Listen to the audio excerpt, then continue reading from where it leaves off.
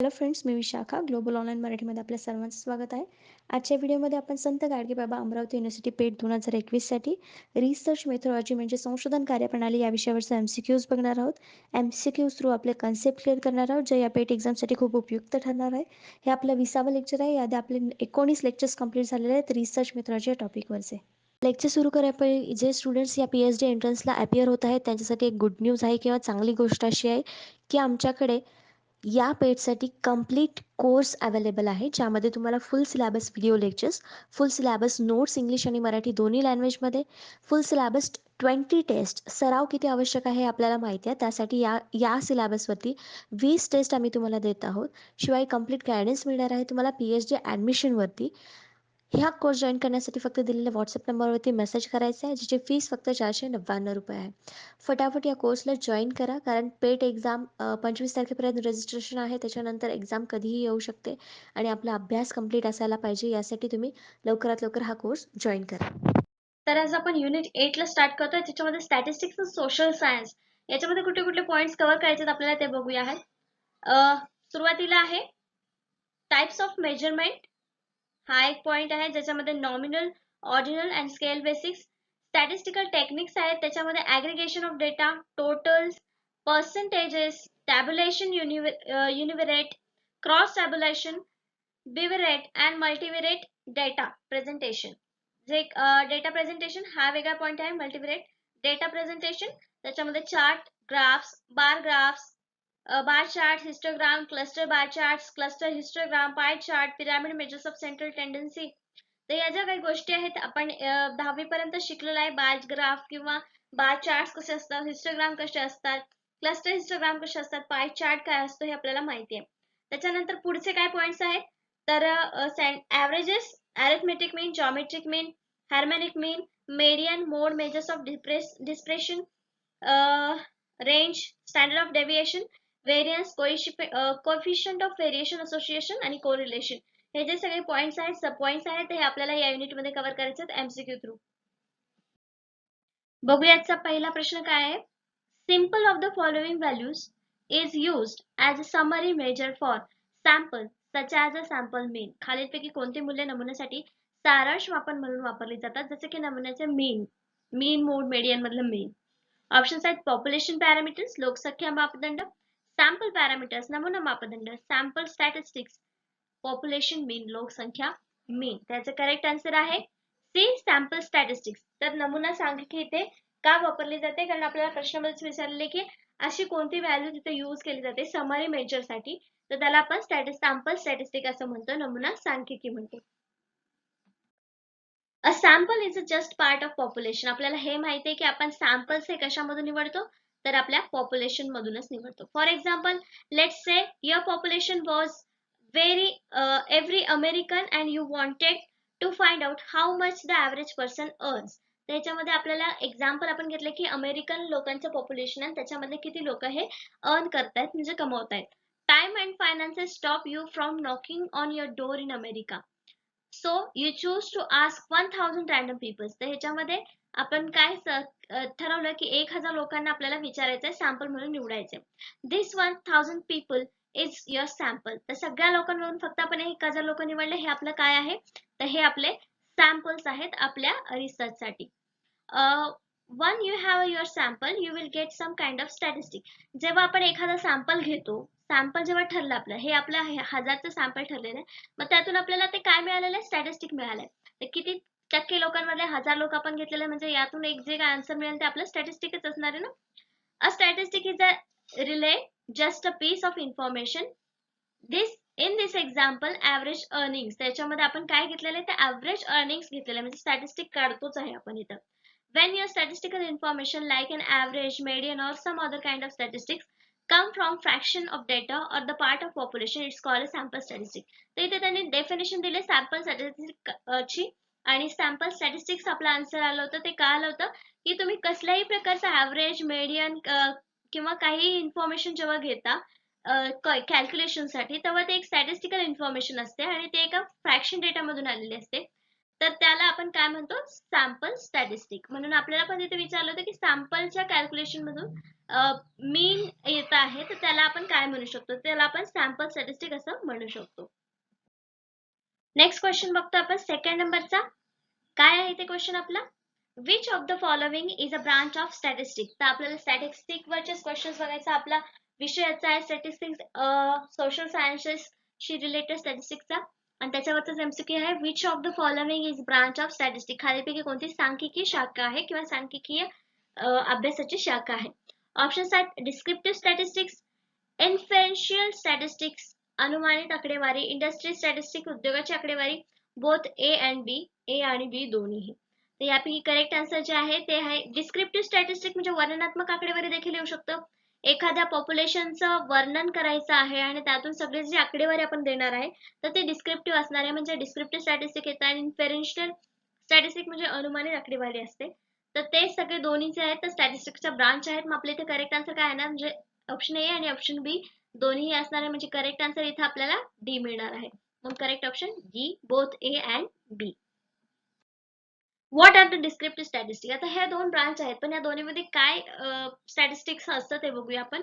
What are the descriptive statistic. Descriptive statistic are a brief descriptive coefficient that summarize a given data set. तर जो काही आपल्याकडे data set दिलेला आहे त्याच्यामध्ये आपण डिस्क्रिप्शन करून तो डेटा समोर आणत असतो, तर त्याला आपण डिस्क्रिप्टिव्ह स्टॅटिस्टिक म्हणतो. Which can be either a representation of the entire or sample of the population. मग हे काय असू शकतं, त्या पॉप्युलेशनचं माहिती किंवा आपण निवडलेल्या सॅम्पलची माहिती तिथे असू शकते. Entire or sample. Descriptive statistics are broken down into the measures of central tendency and measure of variability. तर याच्यामध्ये दोन स्टॅटिस्टिक्स मध्ये येतात, जे आहेत मेजर ऑफ सेंट्रल टेंडन्सी आणि दुसरं येतं मेजर ऑफ व्हेरिएबिलिटी. नेक्स्ट आहे विथ इन्फरेन्शियल स्टॅटिस्टिक. आता हे मिळालं आपल्याला की डिस्क्रिप्टिव्ह स्टॅटिस्टिक म्हणजे काय आहे, तर आता आपल्याला बघायचं आहे इन्फरेन्शियल स्टॅटिस्टिक म्हणजे काय.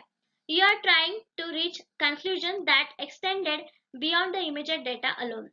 जो काही आपला डेटा आहे त्याच्या बियॉन्ड आपल्याला कन्क्लुजन निष्कर्ष काढायचा आहे. For instance we use inferential statistic, म्हणजे त्याच्यासाठी आपण काय करतो, अनुमानित सांख्यिकी तिथे वापरतो, की म्हणजे अंदाज लावू शकतो आणि त्याच्यावरून अंदाजे आपण तिथे आकडेवारी देत असतो, त्याला आपण इन्फरेन्शियल स्टॅटिस्टिक असं म्हणू शकतो. We use inferential statistics to try to infer from the sample data what our population might think. तर पॉप्युलेशन काय विचार करतात त्याच्यावरून आपण सॅम्पल डेटावरून ते अनुमानित करतो. और we use inferential statistics to make judgments of the probability that an observed difference between groups is an dependable one or one that might have happened by chance in this study. Thus, we use inferential statistics to make inference from our data to more general conditions. तर आपले जे conditions आहेत किंवा जो आपल्याला data गोळा केलेला आहे त्याच्यातून आपण इन्फरेन्शियल स्टॅटिस्टिकचा अंदाज बांधतो. म्हणजे अनुमानित स्टॅटिस्टिक म्हणजे काय, तर आपण एक अंदाज बांधतो की हा या आकडेवारीपर्यंत इतके इतके लोक त्याच्यामध्ये असू शकतील, जो आपल्याला डेटा मिळालेला आहे त्याच्यावरून. तर हा अंदाज किंवा अनुमानित स्टॅटिस्टिक हा देखील एक ब्रांच आहे सांख्यिकीची स्टॅटिस्टिक्सची. We use descriptive statistics simply to describe what's going in our data. तर मग जो डेटा आपण गोळा करतो तर त्याला आपण डिस्क्रिप्टिव्ह स्टॅटिस्टिक म्हणतो. दुसरं इन्फरेन्शियल स्टॅटिस्टिक म्हणजे काय, तर ते काही वेळेला कन्क्लुजन लवकर काढायचं असतं आपल्याला मिळालेल्या डेटाच्या पलीकडे, त्यावेळेस आपण या प्रकारचं स्टॅटिस्टिक यूज करत असतो. नेक्स्ट क्वेश्चन बघतोय थर्ड नंबरचा. The control charts and procedure of descriptive statistics which are used to enhance the procedure can be classified into which of these category. वर्णनात्मक आकडेवारीचे नियंत्रण चार्ट आणि कार्यपद्धती यांचा उपयोग प्रक्रिया वाढवण्यासाठी केला जातो. यापैकी कोणत्या श्रेणीमध्ये वर्गीकृत करता येईल. हे जे करायला सांगितलेलं आहे आपल्या आकडेवारीचा चार्ट, कार्यपद्धती, त्यांचा उपयोग वाढवण्यासाठीची प्रक्रिया, या सगळ्या गोष्टी कुठल्या गोष्टीमध्ये येतात ते आपल्याला सांगायचं आहे. ऑप्शन्स आहेत बिहेवियरल टूल्स वर्तनाची साधने, सिरियल टूल्स, इंडस्ट्रियल स्टॅटिस्टिक्स आणि डी स्टॅटिस्टिकल टूल्स. तर मग आपण स्टॅटिस्टिक्सचा अभ्यास करतोय आणि डिस्क्रिप्टिव्ह स्टॅटिस्टिक विषय विचारलेला आहे, त्याच्यामध्ये आपण चांगल्या प्रकारे माहिती मांडण्यासाठी चार्ट्सचा उपयोग करतोय, वेगवेगळ्या गोष्टींचा वापर करतोय, मग त्याला काय म्हणणार आपण, हा सिंपल क्वेश्चन आहे. तर बिहेवियरचा तिथे अभ्यास नाही करत आहे आपण, सिरियलचा पण नाही करत आहे, इंडस्ट्रियल स्टॅटिस्टिक तर नाहीच ऑप्शन तिथे. मग आपण डिस्क्रिप्टिव्ह स्टॅटिस्टिक म्हणतोय म्हटल्यानंतर ते स्टॅटिस्टिकलच टूल असणार, कुठले स्टॅटिस्टिक असो स्टॅटिस्टिकल टूल असणार आहे. म्हणून आपल्या इथे करेक्ट आन्सर काय असणार आहे, डी स्टॅटिस्टिकल टूल्स, सांख्यिकीय साधनेमध्ये त्यांचा समावेश होणार आहे. म्हणून आपलं करेक्ट आन्सर इथे डी आलेला आहे. The most well known statistical tools are, आता हे आपल्याला एक टूल होतं जे आपल्याला विचारलं होतं क्वेश्चन मध्ये. तर मेन कुठले कुठले आहेत अजून तिथे दिलेलं आहे. Mean, the arithmetical average of numbers, median and mode, range, dispersion, नंतर आहे standard deviation, inter quartile range, coefficient of variation etcetera. हे सगळे जे पॉइंट्स आहेत किंवा या ज्या गोष्टी आहेत ते आपल्या स्टॅटिस्टिकल टूल आहे, त्याच्यातून आपण जो डेटा मिळालेला आहे तो आपण एक्सप्लोर करत असतो किंवा एक्सप्लेन करण्यासाठी त्याची आपल्याला हेल्प होते. There are also software packages like SAS and SPSS which are useful in interpreting the result for a large sample size. तर ह्या गोष्टी आहेत आपल्याला छोट्या साईज मध्ये आपण रिझल्ट सांगू शकतो किंवा कॅल्क्युलेशन करू शकतो. पण मोठ्या सॅम्पल साईजला आपल्याला कॅल्क्युलेशन करण्यासाठी कशाची गरज असते, तर सॉफ्टवेअर पॅकेजेसची. मग ते कुठले कुठले आहेत? SAS, SPSS. कदाचित आपल्याला याच्यावरती क्वेश्चन येऊ शकेल की स्टॅटिस्टिकल सॅम्पल डेटा जो आहे तो आपला इंटरप्रेट करण्यासाठी कशाचा उपयोग केला जातो, तर सॉफ्टवेअरचा. पण सॉफ्टवेअर्स कुठले यूज केले जातात, SAS किंवा SPSS. The data and the use of statistics provide the tool to decide. हे काय करतात, डेटा कशासाठी यूज होतो आपला, data and the use of statistics provide the tool to decide. It gives a solid foundation on which to basis decision, big or small. मग ह्याच्यावरती काय असतं, जो डेटा आपण गोळा केलेला असतो फक्त त्याच्यावर आपण निर्णय देऊ शकत नाही. जेव्हा आपलं सगळे कॅल्क्युलेशन होतं, स्टॅटिस्टिक आपलं कम्प्लीट होतं, त्याच्यानंतर मग आपले डिसिजन्स घ्यायचं आपण ठरवतो, बिग असो किंवा स्मॉल असो, म्हणजे छोटे असो किंवा मोठे असो. It is extremely important to researchers to know what statistic they want to use before they collect their data. हा, सगळ्यात महत्त्वाचं आपल्याला काय असतं की आपल्याला डेटा कसला कलेक्ट करायचा, आपल्याला स्टॅटिस्टिक नेमकं कशाचं पाहिजे हे आपल्याला क्लिअर पाहिजे. Otherwise data may be collected that is unusable. नाही तर मग काय होऊ शकतं, जो डेटा आपल्याला गरजेचाच नाहीये किंवा डेटा गोळा करून झाल्यावर कळलं की यातला फक्त एवढाच डेटा उपयोग येतो, बाकी त्याचा उपयोगच नाही असं झालं तर आपला वेस्ट ऑफ टाइम आहे. जो डेटा आहे तो अनयुजेबल असणार आहे. म्हणून इथे आपल्याला काळजीपूर्वक डेटा कुठला निवडायचा हे पूर्वीच ठरवून नंतरच त्याच्यावरती काम करावं लागतं. नेक्स्ट क्वेश्चन बघतो आपण फोर्थ नंबरचा. Which of the following can also be represented as a sample statistics. सुरुवातीला एक क्वेश्चन गेला आपला, त्याचा आन्सर आपण दिलं होतं सॅम्पल स्टॅटिस्टिक म्हणून. आता याच्यावरती आपल्याला वेगळा क्वेश्चन आलेला आहे. खालीलपैकी कोणते नमुना आकडेवारी म्हणून दर्शवले जाऊ शकतात. ऑप्शन्स आहेत लोअर केस ग्रीक लेटर्स, लोअर केस ग्रीक अक्षर, Roman letters, associated Roman alphabet, संबंधित रोमन वर्णमाला, अप्पर केस ग्रीक लेटर्स. तर यापैकी कुठला सॅम्पल स्टॅटिस्टिक आपण दाखवू शकतो, तर करेक्ट आन्सर आहे बी रोमन लेटर्स. रोमन अक्षरे जे आहेत ते आपण रिप्रेझेंट करू शकतो सॅम्पल स्टॅटिस्टिकला. हे आपल्याला लक्षात ठेवायचं, याचं एक्सप्लेनेशन नाही पण त्या ठिकाणी सॅम्पल स्टॅटिस्टिक दाखवण्यासाठी रिप्रेझेंट करण्यासाठी याच अक्षरांचा वापर केला जातो, हे आपल्याला लक्षात ठेवायचं.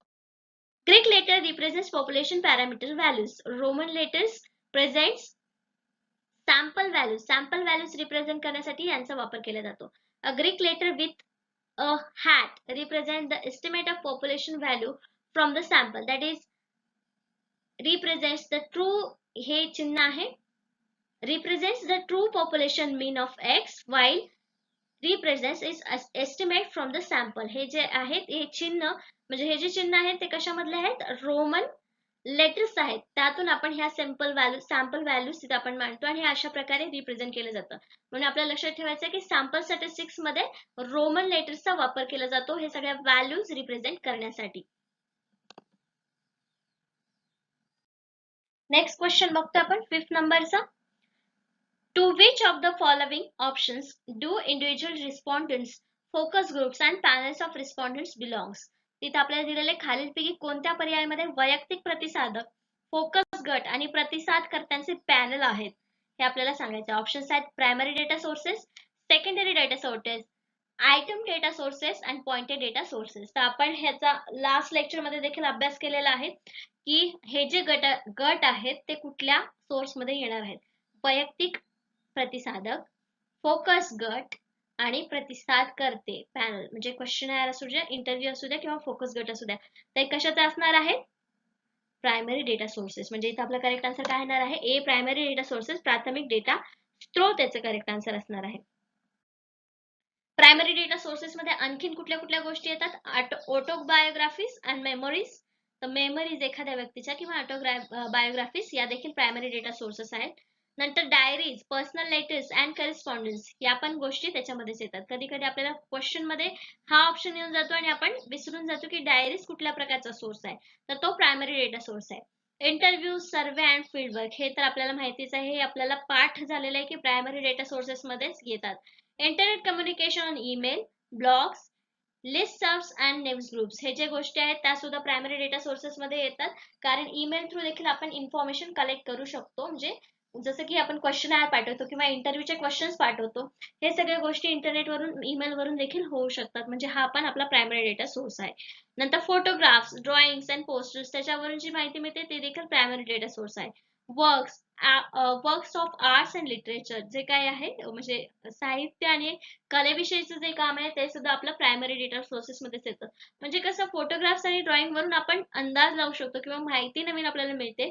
मग हे सुद्धा आपण नवीनच माहिती गोळा करतो ना, म्हणून हे प्रायमरी डेटा सोर्सेस मध्ये इन्क्लूड केलेले आहेत. नेक्स्ट क्वेश्चन बघतो आपण 6 नंबरचा. What are the variable whose calculation is done according to the weight, height and the length known as? कोणत्याही व्हेरिएबल्सची गणना केली जाते, त्यांची गणना वजन, उंची आणि लांबीनुसार केली जाते. हे सगळ्या गोष्टी आपण लक्षात ठेवून त्यांची गणना केली जाते. त्यांना काय म्हणतात? ऑप्शन्स आहेत flowchart variables, discrete variables, continuous variable आणि मेजरिंग व्हेरिएबल्स. फ्लोचार्ट विसंगत, सतत, चल मोजणे मेजरिंग. तर हे सगळे व्हेरिएबल्सचे प्रकार आहेत आणि त्यातला हा प्रकार कोणता आहे ज्याच्यामध्ये वजन, उंची आणि लांबीनुसार गणना केली जाते. तर याचं करेक्ट आन्सर आहे सी, कंटिन्युअस व्हेरिएबल. ते कसं आपल्याला पुढे चेक करायचं आहे, पण याचं करेक्ट आन्सर मी तुम्हाला सांगते, ते आहे कंटिन्युअस व्हेरिएबल म्हणजे सतत चल.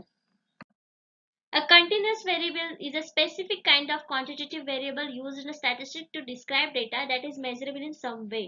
तर इथे काय सांगलेलं कंटिन्युअस व्हेरिएबल काय आहे की कुठल्याही व्हेरिएबल म्हणजे असं मोजता येण्यासारखा व्हेरिएबल जर असेल तर तो कंटिन्युअस व्हेरिएबल मध्ये येणार आहे. तो क्वांटिटेटिव्ह मधला एक प्रकार आहे. क्वांटिटेटिव्ह व्हेरिएबल डेटा मधला प्रकार आहे. स्टॅटिस्टिक मध्ये यूज केला जातो डेटा डिस्क्राईब करण्यासाठी, जो कसाही मोजला जाऊ शकतो. If your data deals with the measuring height, weight, time, then you have a continuous variable. जर तुमचा जो डेटा आहे टाइम, हाईट म्हणजे उंची, वजन याविषयी जर काही माहिती देत असेल तर तो एक कंटिन्युअस व्हेरिएबल आहे असं आपण म्हणू शकतो. A variable is set to be continuous if it can assume an infinite number of real values. म्हणजे अ व्हेरिएबल जे कंटिन्युअस व्हेरिएबल अशा वेळेस सुद्धा उपयोगी केला जाऊ शकतो किंवा कन्सिडर केला जाऊ शकतो जेव्हा तिथे आपण अज्युम करतो की तो इनफायनाइट आहे किंवा नंबर ऑफ रिअल व्हॅल्यूज आहे, कुठलाही एक नंबर आहे, तेव्हा तो एक continuous variableच असतो. Example of continuous variable are distance, age, temperature. For example, the height of the student is a continuous variable because a student may be 1.6321748755. हे continuous variable आहे. इथे म्हणजे संपत नाही आहे, इनफायनाइट जरी असलं तरी हा एक नंबर आहे, म्हणून याला आपण कंटिन्युअस व्हेरिएबल असं इथे कन्सिडर करू शकतो. नेक्स्ट क्वेश्चन आपण बघतोय 7th नंबरचा. Which method used to examine inflation rate anticipation, unemployment rate and capacity utilization to produce products? महागाई दराचा अंदाज, बेरोजगारी दर आणि उत्पादने तयार करण्यासाठीची क्षमता वापर करण्यास तपासण्याची कोणती पद्धत वापरली जाते? तर या काही गोष्टी आहेत, याच्यामध्ये मोजण्यासाठी कुठली पद्धत वापरली जाते? ऑप्शन्स आहेत डेटा एक्सपोर्टिंग टेक्निक्स, डेटा निर्यात करण्याचे तंत्र, डेटा इम्पोर्टिंग टेक्निक्स, डेटा आयात करण्याचे तंत्र, फॉरकास्टिंग टेक्निक पूर्वानुमान तंत्र, डेटा सप्लाय टेक्निक्स, डेटा पुरवण्याचे तंत्र. तर ही एक नवीन कन्सेप्ट आहे, पण याचं करेक्ट आन्सर आहे सी, फॉरकास्टिंग टेक्निक. तर त्या गोष्टीला आपण काय म्हणतो? फॉरकास्टिंग टेक्निक, पूर्वानुमान तंत्र असं म्हणतो. तर ते कसं ते आपण बघूयात. Forecasting is a technique that uses historical data as input to make informed estimates that are predictive in determining the direction of future trends. तर त्यांनी आपल्याला बेरोजगारीचा अंदाज घ्यायला सांगितलेला आहे किंवा एखाद्या गोष्टीचं उत्पादन करण्याची क्षमता किती याचा अंदाज घ्यायला लागेल. मग आपल्याला सुरुवातीला काय करावं लागेल की आधी त्यांनी किती उत्पादन केलं होतं, आधीचा बेरोजगारी दर काय होता, आधीची एम्प्लॉयमेंट किती होती, या सगळ्या गोष्टींचा आपण अभ्यास करतो आणि नंतर पुढे मग त्याचा अंदाज लावून त्याच्या कॅपॅसिटी किती आहे हे सगळं आपण मोजत असतो. म्हणजे या प्रकारे या टेक्निकने ते मोजत असतो. मग त्या टेक्निकला काय म्हणतो आपण? Forecasting technique. तर हे आपल्याला याच्यात सांगितलेलं आहे. Business utilize forecasting to determine how to allocate their budgets or plan for anticipated expense and upcoming period of the time. तर बिझनेसमध्ये या प्रकारचं टेक्निक आपण वापरत असतो, कारण मागच्या वेळेस आपल्याला किती बिझनेसमध्ये फायदा झालाय, किती तोटा झालेला आहे, कुठलं बजेट आपण दिलं होतं, ते बजेट व्यवस्थित होतं की नाही, हे सगळं आपल्याला मागच्या गोष्टीवरून पुढच्या फ्युचरच्या गोष्टीसाठी प्लॅनिंग करण्यासाठी किंवा पुढचा एक्सपेन्स आपल्याला काढण्यासाठी त्याचा वापर करावा लागतो. त्या टेक्निकला फोरकास्टिंग टेक्निक म्हणतात. Forecasting is a method of making informed predictions by using historical data as a main input for determining the course of future trends. Future trends चा कोर्स करण्यासाठी आपल्याला याचा अभ्यास करावा लागतो, या टेक्निकचा वापर करावा लागतो. Companies use forecasting for many different purposes such as anticipating future expenses, आणि तेच माहिती आपल्याला इथे पण दिलेली आहे की कंपनीचा एक्सपेन्स आणि प्लॅनिंग करण्यासाठी या प्रकारचं टेक्निक आपण यूज करत असतो.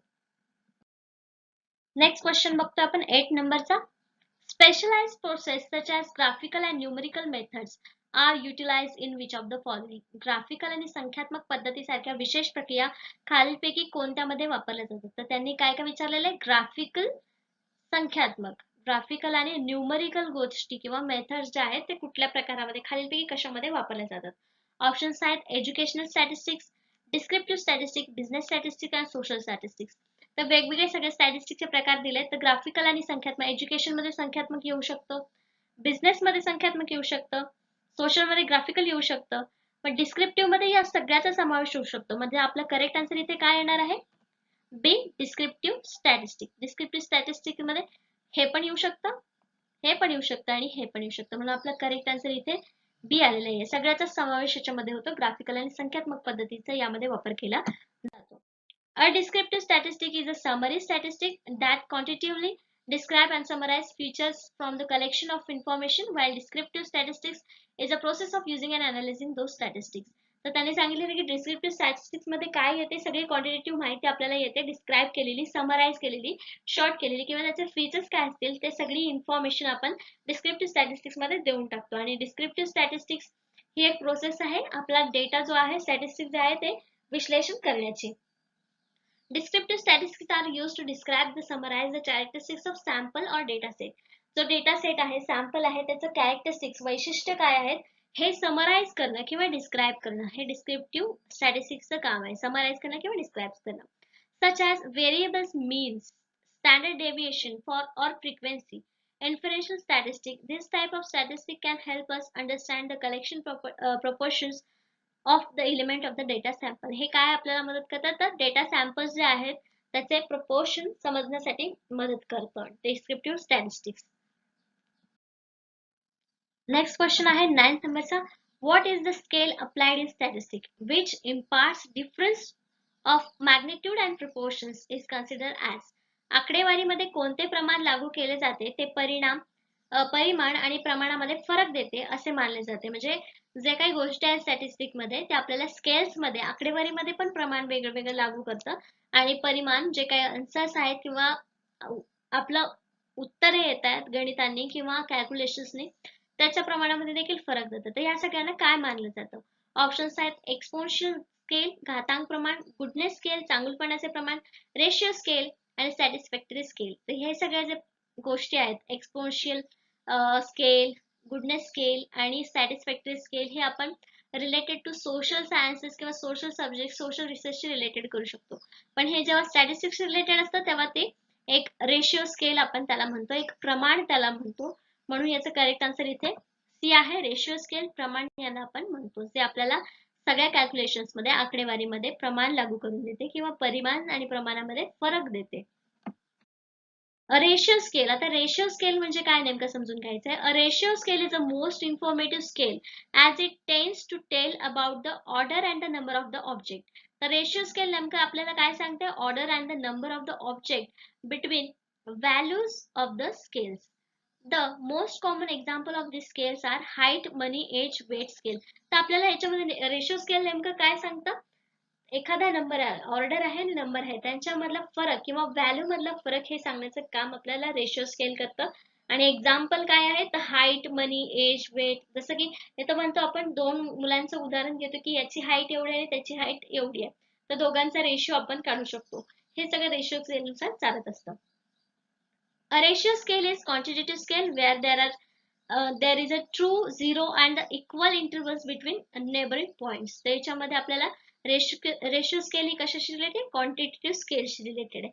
There is a true zero and equal intervals between neighbors points. Unlike on an interval scale, a zero on a ratio scale means there is a total absence of the variables you are measuring. तर zero पासून start होतात आणि zero म्हणजे काय, तिथं variables अजिबात नाही. Absence of variables. Length, area and the population are the examples of ratio scale. तर ह्याच्यामध्ये देखील आपण रेशिओ स्केल्सचा वापर केला जातो असं आपण सांगू शकतो.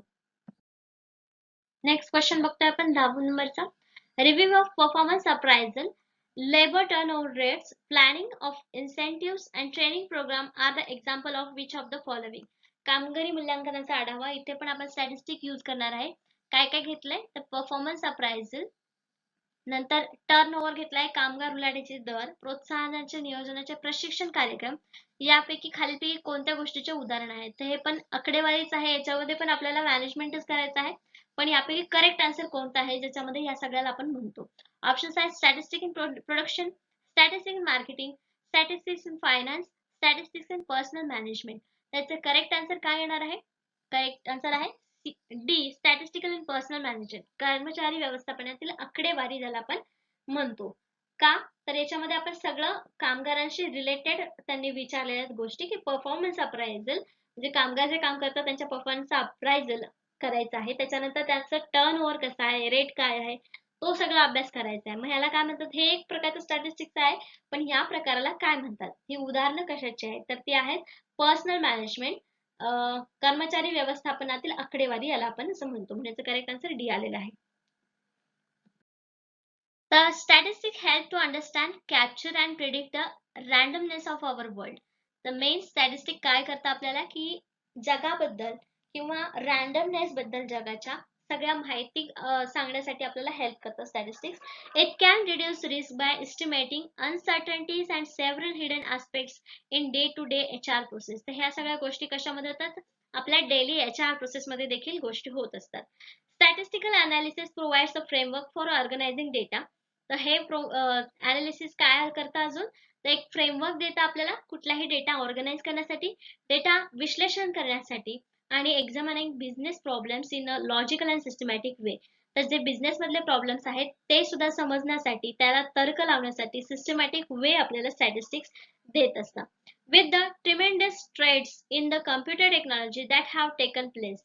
त्याच्यामध्ये टेक्नॉलॉजीने सुद्धा जागा घेतलेली आहे. जसं की आपण सॉफ्टवेअर बघितले SAS आणि SPSS, हे या प्रकारचे सॉफ्टवेअर्स आहेत जे आपल्याला स्टॅटिस्टिक अनालिसिस करण्यासाठी मदत करतात, जे बिझनेस मध्ये आपल्याला उपयोग येतात. Business have a greater access to and more data than ever before. तर ह्याच्यामध्ये आपल्याला स्टॅटिस्टिकल डेटा प्रोव्हाइड करून आपल्याला त्याच्यावरती म्हणजे फ्युचर प्लॅन बनवण्यासाठी आपल्याला स्टॅटिस्टिक्स मदत करतं. ही बिझनेस बद्दलची इन्फॉर्मेशन का होती, कारण आपला लास्ट क्वेश्चन जो होता तो होता की कर्मचाऱ्यांच्या विषयी मॅनेजमेंट स्टॅटिस्टिक जे उदाहरण होतं ते याच्यावरती रिलेटेड होतं म्हणून आपण घेतलं होतं. तर अशा प्रकारे आजचे आपले 10 प्रश्न आणि त्यावरचे 10 कन्सेप्ट आपण इथे क्लिअर केलेले आहेत. नेक्स्ट लेक्चर मध्ये आपल्याला याच युनिटवरचे 10 MCQs बघायचे आहेत आणि कन्सेप्ट देखील क्लिअर करायचे आहे. होपफुली स्टॅटिस्टिक विषय तेवढा अवघड आपल्याला वाटला नाही पाहिजे, म्हणून आपण ह्या छोटे छोटे कन्सेप्ट आधी सुरुवातीला घेऊ, नंतर कॅल्क्युलेशन्स वाले आपण बघूया. आजच्या सेशनसाठी धन्यवाद.